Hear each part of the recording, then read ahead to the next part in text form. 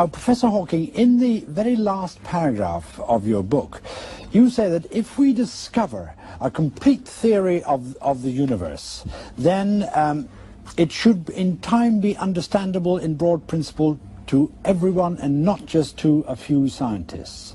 And when that happens, all of us will be able to start discussing the why rather than the how. And I quote, "If we find the answer to that, it would be the ultimate triumph of human reason, for then we would know the mind of God."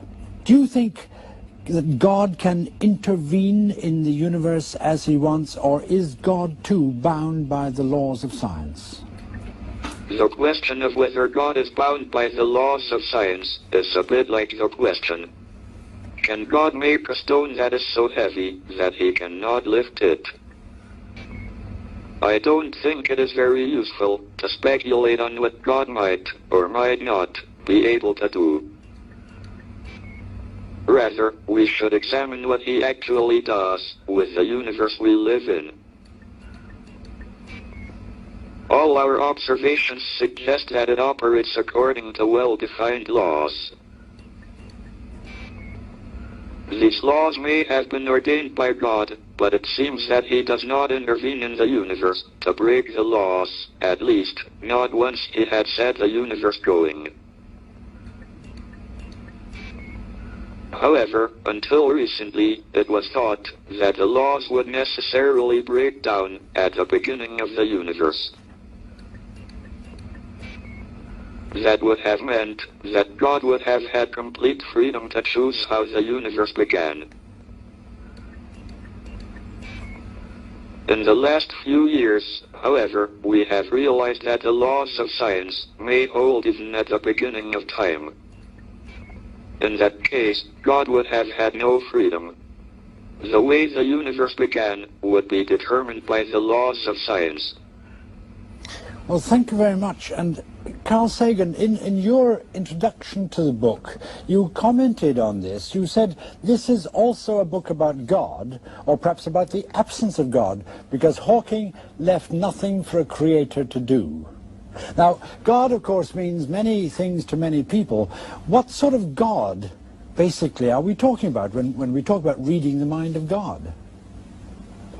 Well, I think that's an excellent question, and I'd be most interested to hear Stephen Hawking's answer. But just to try to illuminate the range of possibilities, consider two alternatives.